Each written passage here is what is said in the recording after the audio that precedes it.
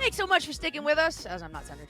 Sticking with us, or if you're just now joining us, we are getting into our second best of 3 for the day. We just saw Dignitas Academy pretty dominantly take down FlyQuest Academy.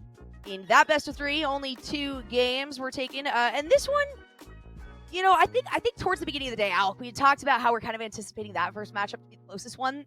I also said after game 1 that my opinion has swayed towards me too. I'll move it. The later portion of the day. After that game number 1, after a 22-minute victory from Dignitas like that, I kind of have the expectation that this next one is going to be much closer. As we mentioned before, we've got ZOOS going into Immortals Academy, and these teams haven't played each other.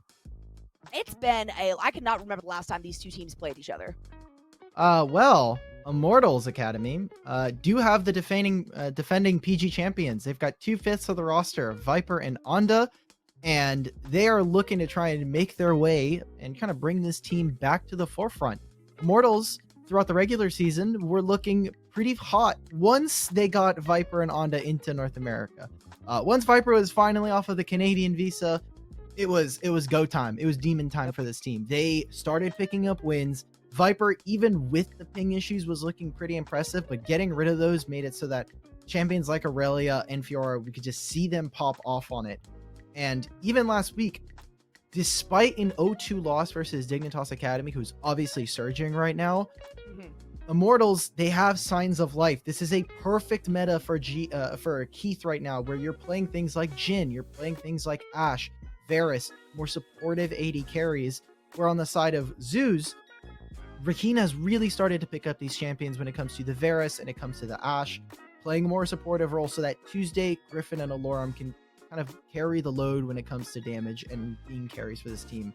Tuesday and Griffin, every one of these members except Raheen has had time in Academy at one point or another, and Griffin so far has looked reinvigorated coming into Amateur. He has dominated a ton of matchups, not only up against a bunch of amateur teams, but specifically UGP. So many other Academy junglers got taken advantage of by Griffin, and it's been a treat to see, and I want to see them continue their success. We're in the lower bracket here, so a loss today means one of these teams is going home, and their proving grounds run the last couple months are gone. Yeah, gone but not forgotten. All right, you know, we can't forget how well these teams did. I was looking in chat as we get into draft pick ban phase 4. The first game here, it looks like Immortals is going to be on the blue side, ZOOS on that red side. You know, you've got a lot of opportunity here for ZOOS to really show up and reinforce themselves as a top-tier team. Towards the beginning of the split, they were basically number 1. You know, you've got Wildcard, obviously, who has constantly been dominating, but ZOOS had a lot of focus, and it was, you know, I was going to point out a player, and then I look at the roster, and it's just so hard to determine. I have a lot of faith and push for Raheen, but Alorum has been a huge part of this team. So they're going to take away the Xin Zhao and the Viego, both very strong picks for Griffin right now. The TF and the Ziggs as well on the other side, and that's the Ziggs takeaway from Keith, who likes to play that one. A good final ban. Well, the Thresh, you know, we've seen a lot of the bans for Thresh. Rhino, that is not a champion that you want that player on. He's absolutely godlike on Thresh.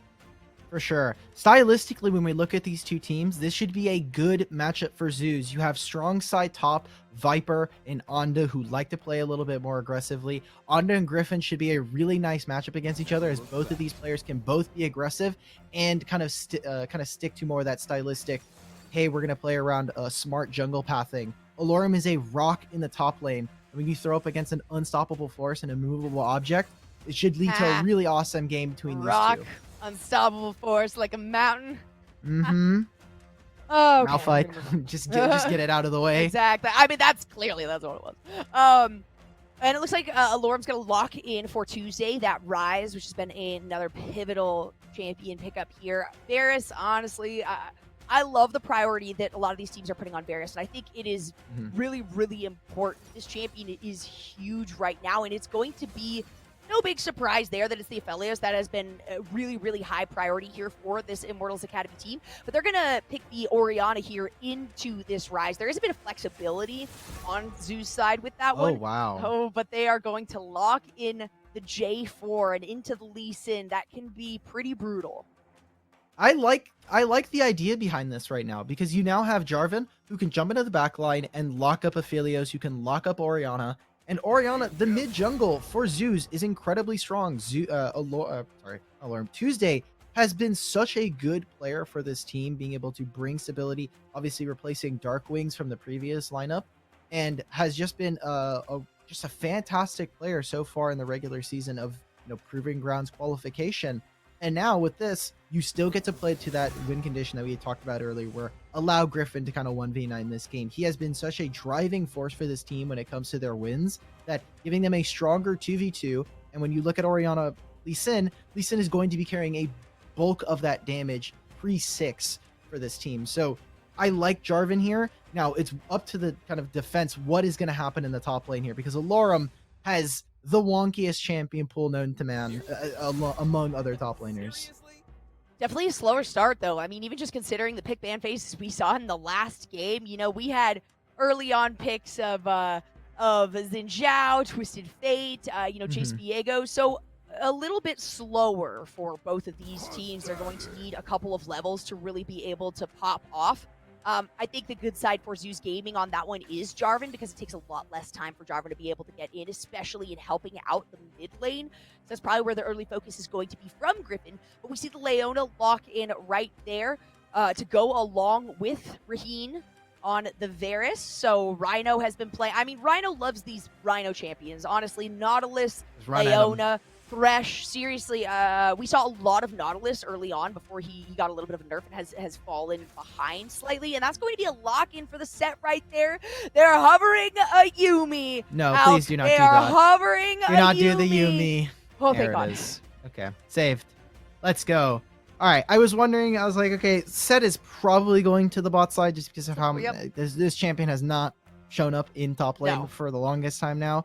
It's been a couple months. Or jungle, and you're not gonna Yeah, so this is obviously still one to play to that top side. Orianna, you have a control mage.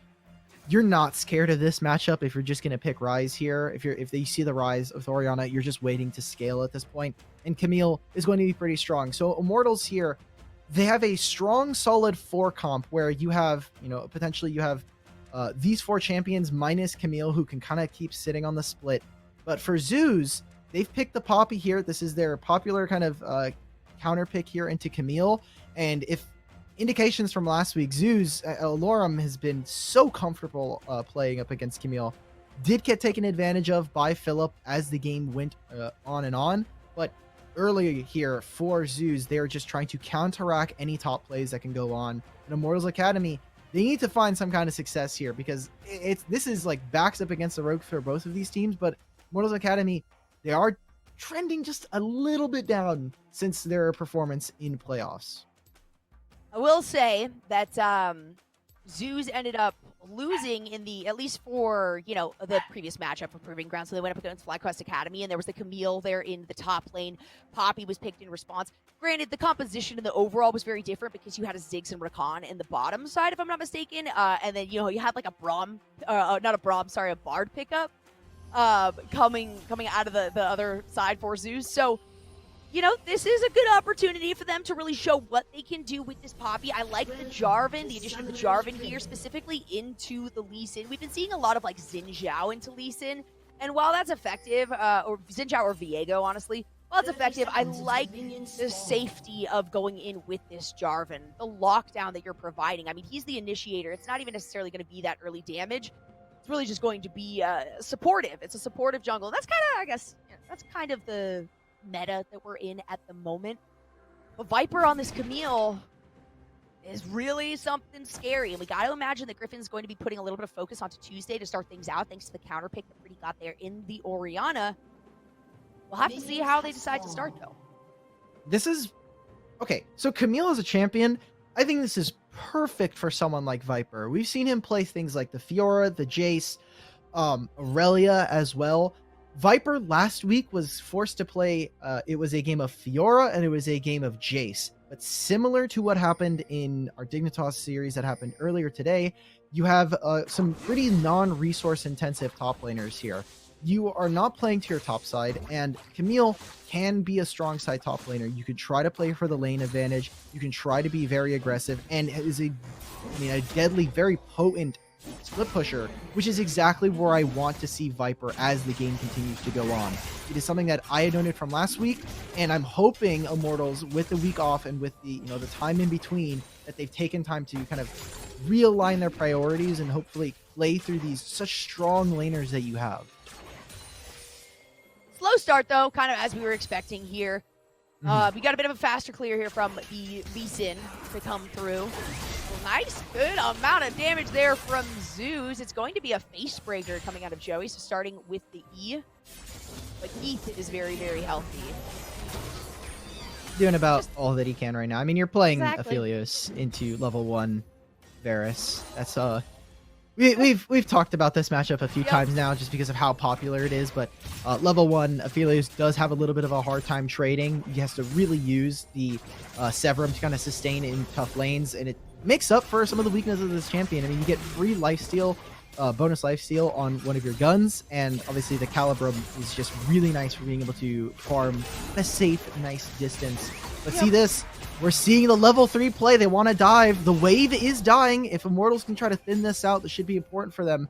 Tuesday just wanted to get an early roam. We take away a Krug camp or 3, but okay, that's good for the side of Immortals, but definitely a little bit dangerous here for ZOOS. Yeah, we saw Tuesday actually make his way down too to potentially help out here, but it was just a little too far forward from the side of ZOOS. There is the Zenith Blade, and we followed up there. Nice little face breaker onto Rhino, followed up with the Haymaker. Keith doing a lot of damage with that Calibrum. Griffin trying to look for an initiation here, but that is a very, very low Rhino. That was about to say, that could have gone incredibly sour. We're seeing that every time Rhino wants to go for an engage, this counter matchup in the set is making it basically impossible right now. And even on the top side, I mean, the one winning part here for Immortals, they're able to take advantage of the bot side and now start up on this top side where Viper is slowly chunking away. Now look at where this wave is here. Griffin needs to be able to protect this. He has an idea where Keith is. Flag and drag by Griffin. Joey takes a lot of damage there. It is another nice Haymaker, but it will not be enough there. Griffin now has to flash over the walls. The teleport comes through from Pretty onto the bottom side. Oh, okay. It's a good time to teleport just because Pretty is in base and will have recalled at this point. So is in an okay spot to recall. The thing is he is losing a little bit of this mini wave that's about to die under turret. If Tuesday can play a little bit more aggressive, he can try to trade HP, forces her to miss out on this. And now Rhino needs to be able to save this wave for his AD carry. I salute you, Rhino. As a fellow marksman player, this is exactly what I want to see my support do. Save the wave for me. I don't lose out on a cannon minion. Eventually even look for a kill. Yeah, definitely looking for something there. Keith does have the level up. That's going to be the Zenith Blade, followed up with a little stun. A flash forward as the Ignite comes out here. Raheen tries with the hail of arrows, but that is going to be the end of that. Still just the one kill for Immortals. Pretty slow start to things as we hit 5 minutes in. All right. The kill did go on to Joey, so that's like a small saving grace here if you're on the side of ZOOS, but getting the flash and cleanse out of Keith is so important as for the next few minutes. If they want to make a repeat gank, if they want to make a dive here, Tuesday has not used teleport. And if they try to set up this wave, I mean, look at how overextended they would have to be. This wave is frozen if Raheen, wills it. So if at any moment Jarvan starts the path towards the bot lane, we see them start to answer this. This is a really good time to go for a gank timer. No summoners bot lane. We'll see if they end up going it that way. We got the Scuttle coming up here in a little bit. That first dragon being Infernal Drake. Joey set up here under the understanding, though, that there is a ward. Instead of trying to get that ward out, it's just going to be a lot more pressure here while Immortals try to take a plate off of this bottom side. They've got almost an entire wave here.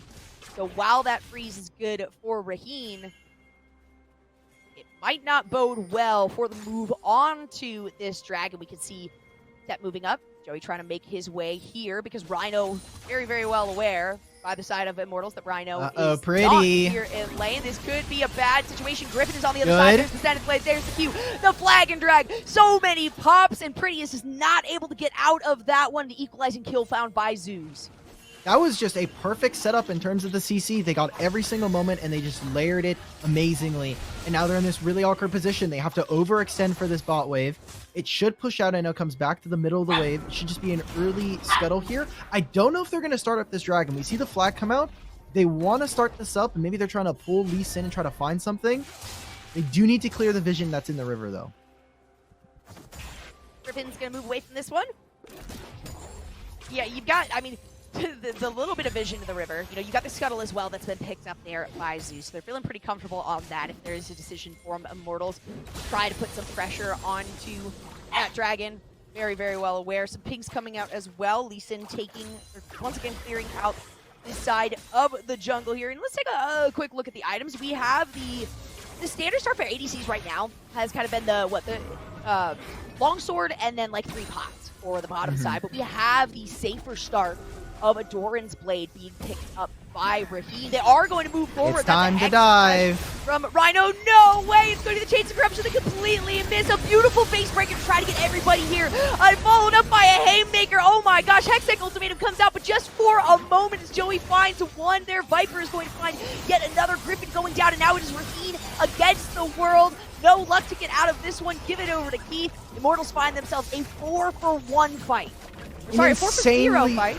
Yeah, no one goes down on the side of Immortals Academy, and this is basically the best of both worlds. They not only survive the dive there, the Chains of Corruption goes a tiny bit wide, isn't able to land, and it just means that now Immortals, they get kills onto multiple carries. We'll even get a kind of a replay of this.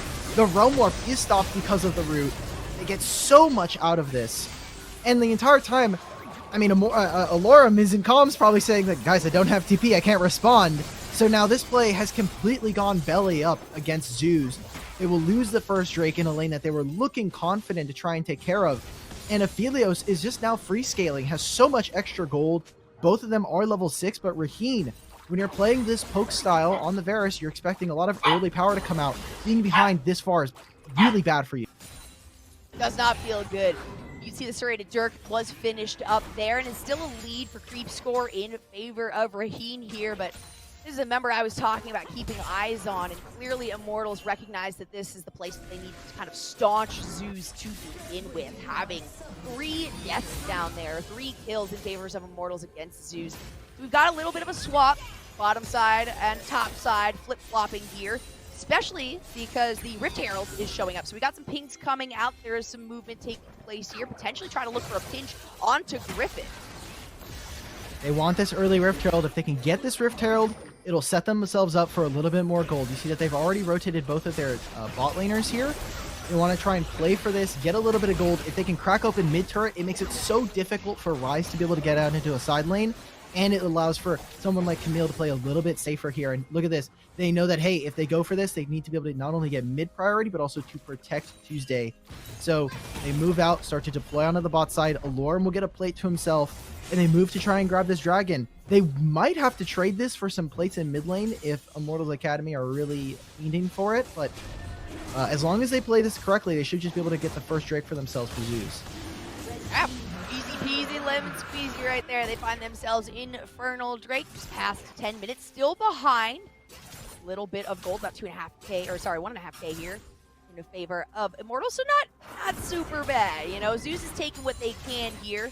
But as you mentioned, for Viper on this Camille, once it gets to a tower or 2 going down for Immortals, they're going to be able to just consistently split push and keep side pressure up. Thanks to Camille, honestly, I think is by far one of the best side laners in this game. It's going to be Alorum who gets hopped on here.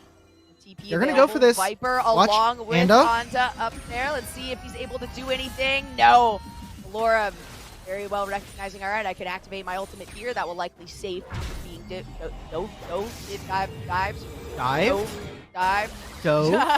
Don't worry, I got this confused Dove yesterday. on? Dovin is not a word. Dovin is not a word. Dove in. Dove in on. Oh, like, dove they were in. dove in All right. on. Like, I think that would be the alternative. I think it's dived or dove in on. Don't want to get too far into the grammar of that one, though, because I'm probably wrong either way. Pretty even game, though. I mean, across the board, you know, if we're looking at creep score, you have some in favor of Immortals. For the most part, ZOOS has been finding themselves some success there. You've got no big surprise. Tuesday on the rise is ahead, but not as far ahead as you would kind of anticipate at this point in the game. And now with the swap as well, we're going to have a lot of pressure towards this top side. We saw how hard it is for Aphelios at the early part of the game to try to respond really to Raheem here. And that's going to be a Hextech ultimatum coming out the ultimate as well in response, coming from Alorum just to send Viper out of here. But Alorum, Run, Alorum! Not aware that Onda and Joey wow. are both there, but manages to dodge out of the Sonic Wave, a flash away. Escape the solar flare from Rhino means that ZOOS is going to find some pressure here in the mid. And this is exactly what I wanted to see from the side of Immortals, is put resources, put gold into Viper. And without the roam, with keeping control of the bot side, it makes it so difficult for them to get there. It's a lot of damage onto Viper. Alora might be able to chase him down here. Hook shot gets him out of dodge, but they're trading resources on the top side, right? You already see that Keith and Raheen have basically just been sitting top lane, ping-ponging waves towards each other. And in the meantime, the mid control from Immortals means that Ryze can never really get out of this lane until this first turret goes down. And it just means that Viper can continue to start to whittle away at that top turret. I think there's a Demolish proc coming in for Alorum, so he'll get another plate. He might be able to even get a second one thanks to the sheen that he has. Oh, it's kind of close. It's almost there. He might be able to get it on the next wave if Pretty is pretty low mana. But I mean, all things considered, this is great for Immortals still. They have a better scaling AD in terms of a marksman role. They have better split push, and the team fight is still looking pretty decent for them.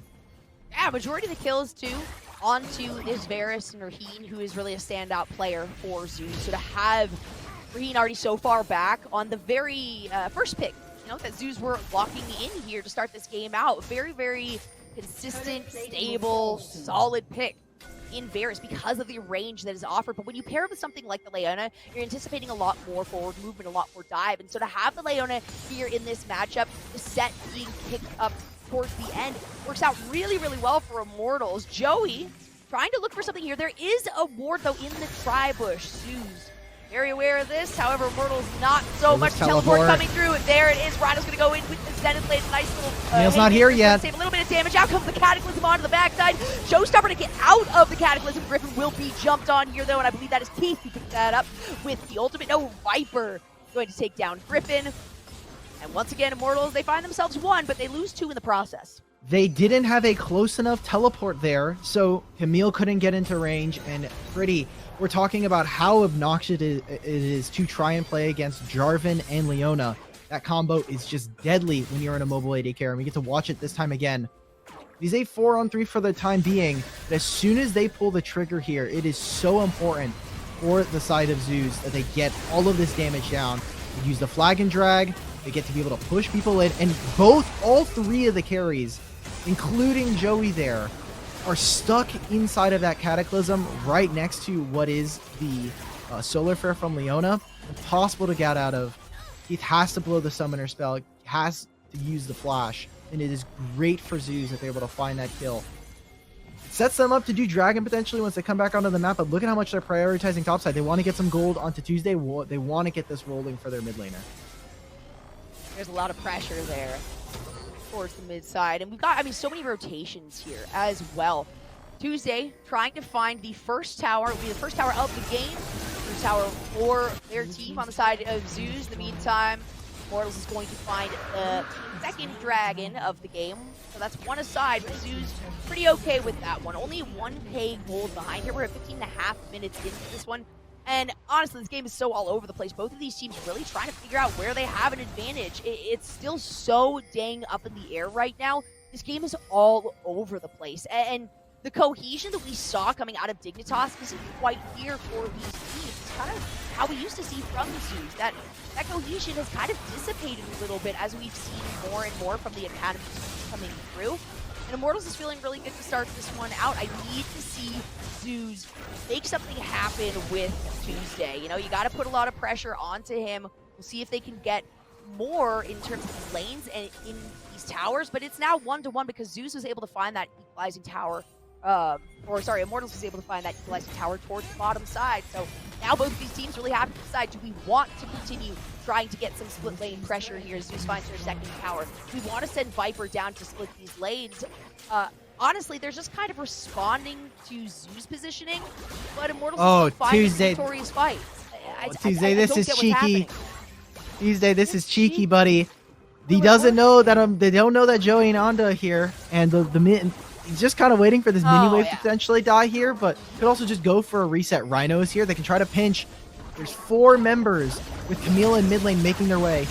Shockwave coming through. That's going to be Anda saying, yeah, I'll take the kill right there. Give me a Sonic Wave. I'll follow that one up. I didn't like that. I mean, you're like, it's cheeky. I'm like, yeah, but it's not going to work. That does not mean it's going to work. Honestly, I'm really surprised at just how kind of all over the place this game is. How all over the place both of these teams are. The calculation that I'm so used to seeing at this level just isn't quite here right now, and I can't even pinpoint exactly what is wrong. It's just I keep saying cohesion, and there seems to be a lack of it right now from both of these teams. I think that they're just trying to kind of find their footing. Last week, the ZOOS series versus FlyQuest Academy looked somewhat similar to this. Their drafts tend to be kind of skewed one way thanks to certain champion pools that we're seeing from players. And ZOOS tend to be able to punish some greedy teams. They have great ways of being able to interrupt mid and top lane and can punish greedy positioning when it comes to trying to get certain objectives. We can see it time again. They just lost 2 turrets in bot lane the entire time they made that play. They got a kill and a single turret, and Alorum now has a ton of gold to himself. As this Poppy, who can be a big nuisance when it comes to not only stopping Viper, but now stopping Keith as well. So, going to need to see if ZOOS can actualize this gold that they have onto Alorum, a lot of solo experience, a lot of solo gold, and turn that into an actual lead, or it ends up kind of falling a little bit short. But this game is now back to even almost. About 300, it's basically pocket change for a lot of these players. And when you look at this, they still have Rift Herald here available for Griffin. And you see the spam of pings. They want to take complete control of the top side here. Oh no. Oh my god, no! That Alorum. was a hook shot! Alorum. Followed up by a flash from Viper. Okay, so it is going to be a Hextech ultimatum. This is a knockup. So dang much was just invested right there from Immortals to be able to take down the kill. That means the ZOOS in this bottom side are going to be like, hey, yeah, we get free farm, get to throw out Kelly, I guess, Shelly's younger sister is the name that I have given her. I've heard other things, but it should be another tower. That's 5 towers down, 3 up over the side of Immortals. I mean, it just seems so much sloppier than I'm used to from these teams. I'm not gonna lie. I hate to continue to bring that up, but at 19.5 minutes in, gold this even, 1 dragon aside, I mean, really no heavy sway in either direction. It's just kind of astonishing that nobody's found a clear foothold of how they're trying to win this game. Yeah, so obviously the bot lane play is dictating a lot of what's happening here. Raheen is still kind of reeling from the effects of what happened in the bot lane, thanks to a lot of those kills and assists going over to Keith. We already see him 1-0 and 7 is trying to stay alive. I think that the dragon fight should break open the game, put it at least in one team's favor for the most part. But ZOOS, despite the gold difference right now, is in a really, really comfortable position. The fact that they took so many of these turrets, it is so dangerous for Immortals Academy to really step out into a really long lane. You now have both of your side lanes that are increased in terms of their length thanks to the turrets that have gone down. And if ZOOS, if at any moment find either an advantageous pick or an advantageous objective fight, they take control of this map humongously. And we see now Anda has to flash out, does not have the Dragon Drake pick. This is massive. When you look, Baron is up. They can trade this for the turret. They can trade this for the turret or the dragon. Especially when 3 members send Alorum running like that, just because there's too much damage coming from Keith right now. This is a great later game team, like you mentioned. We might have been seeing some misplays coming out of them. It's going to be the Hextech ultimatum coming out onto Tuesday, though. The blast code used there. Tuesday trying to find something in response. The flash was utilized there, and it will not be a realm warp because he will be dead before it comes through. That is a used flash, a used ultimate, and a dead Tuesday.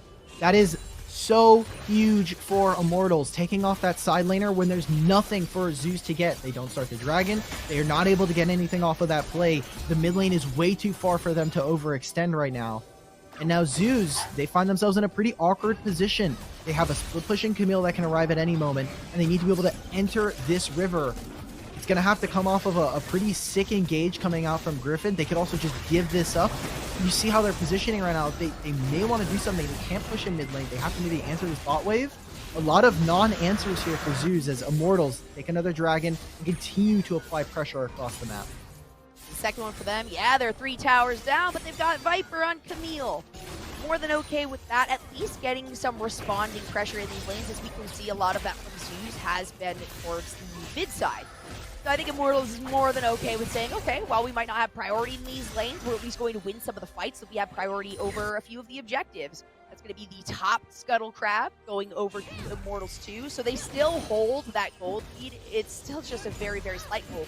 ZOOS needs to figure out what they're doing, how they're making these initiations. Again, what a win condition for even just the fight, not the overall game, but even these fights, because it feels just so darn scattered from ZOOS at the moment, and it's really not something that you come to anticipate from this team, you know, with how well they've been doing over the entirety of the split here. And looking at the seeds, it's not quite appropriate, like we talked about in the last matchup. You know, you had Dignitas Academy at 11th seed, FlyQuest Academy at 3rd seed, but based on UGP, you know, there are some changes in that. So it really isn't quite appropriate to see these numbers matched up for these seeds here.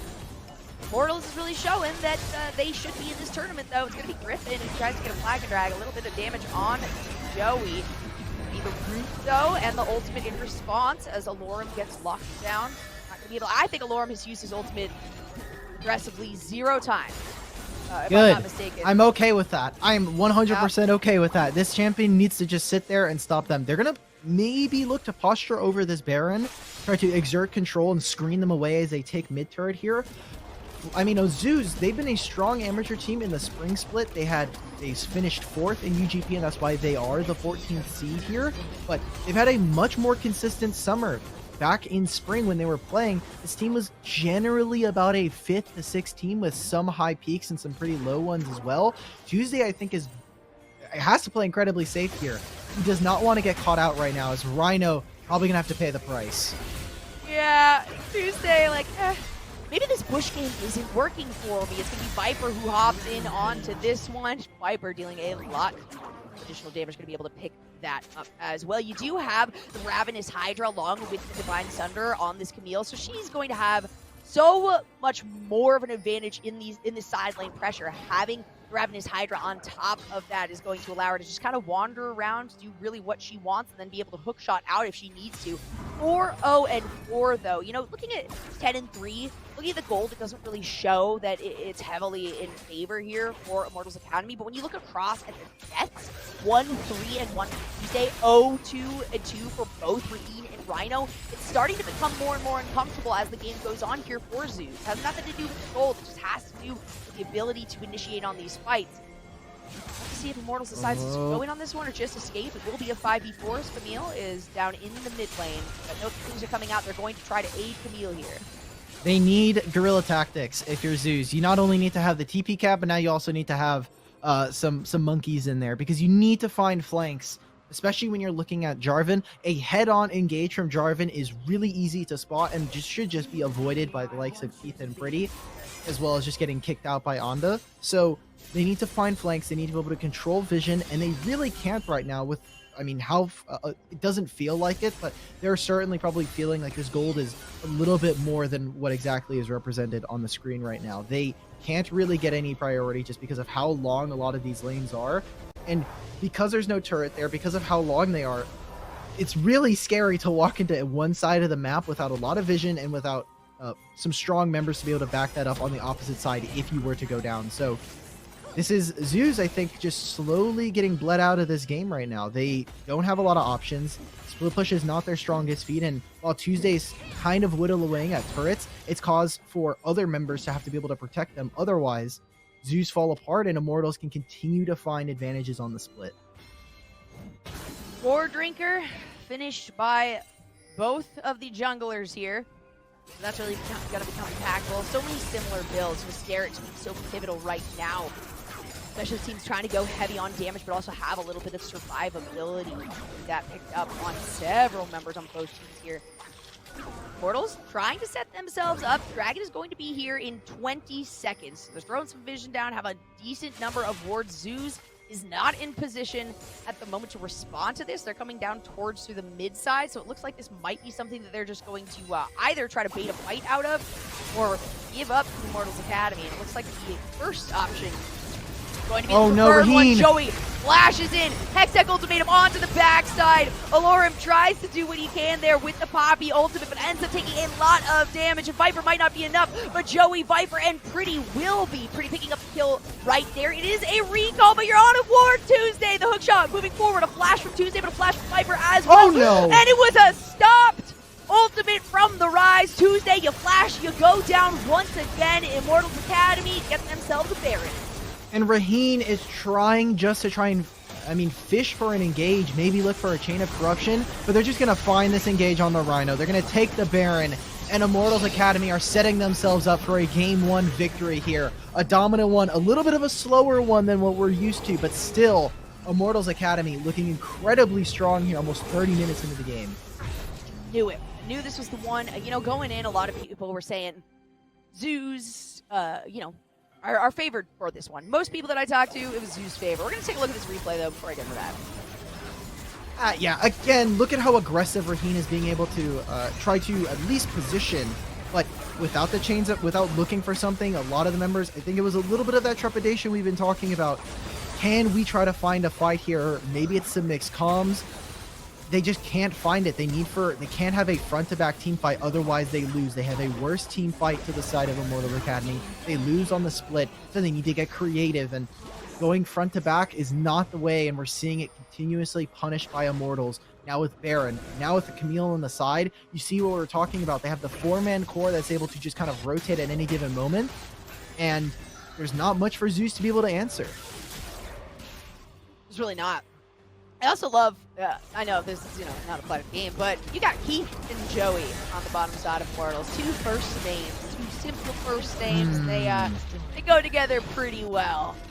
They have been really, really showing up on this one. I gotta say, Joey on this set, a lot of these initiations, even recognizing, hey, I might go down in this, has only died one time, though. That's going to be a bottom inhibitor taken. Keith doing so much damage right now, and continuing to push this lane forward. We've also got Viper in the mid side, bringing some Baron minions along as well to try to break into this base from multiple angles. Meantime, they're just gonna lose to minions, guys. Like, you have 3 cannons. You can't wait for them to try to go in under tower. They split Rise off is backing. Right this is Viper it. On the other side. Rise is backing. That's going to be almost one Nexus turret down. Rhino takes quite a bit of damage there. But it will be go in by Griffin, followed up with Cataclysm. That's going to be Griffin having to flash away after Flag and Dragging. Viper might get taken down. Uses the Zonias right after the Hextech ultimatum. Does get taken down there in the end. Pick up by Tuesday. Alorum, though, very, very low. You have Anda stunned under tower. Keith is going to find one there on the side. In comes the Flag and Drag again from Griffin. But a Haymaker will offer a lot of shielding and a lot of damage. And now it's just padding the stats as Immortals take down the Nexus in Game 1 after almost 30 minutes. Wow. It's a pretty one-sided games today. Now, this is obviously still a best of 3, so there is potential here for ZOOS to come back. But I don't know. I'm ready to see what comes out of Game 2 right now, because ZOOS need to find something. They need to find their comfort, and they need to do something, because that game felt a lot of do nothing there. It felt a lot of do nothing. It felt like a Keith kind of game. Keith. Oh, Viper, come on. Damn. No, like in a good way. Because wait, because Keith, felt like a Keith game. From Immortals and ZOOS. Usually having a lot of success in Raheen and Rhino on the bottom side, not finding any, and going into that unorthodox matchup, having the set in the bottom side, it was a little too aggressive probably to have a Leona. You don't want a Leona really going into a set. And so that nice little final pick was really appropriate, I think, coming out of Immortals Academy. We're going to have to see, too, what the side selection is, or what the side swap is going to be on this one. If I'm not mistaken, though, I do think we'll see it. We still got a whole game. I'm confident. We'll see it. We'll see it later. We'll see it when we come back. We got a quick little break, though, I believe. So everybody can rehydrate. Everybody can grab what they need to. Gather your snacks, because we are getting into game number 2. It is a best of 3 here between Immortals Academy and ZOOS. So don't go anywhere. We will be right back.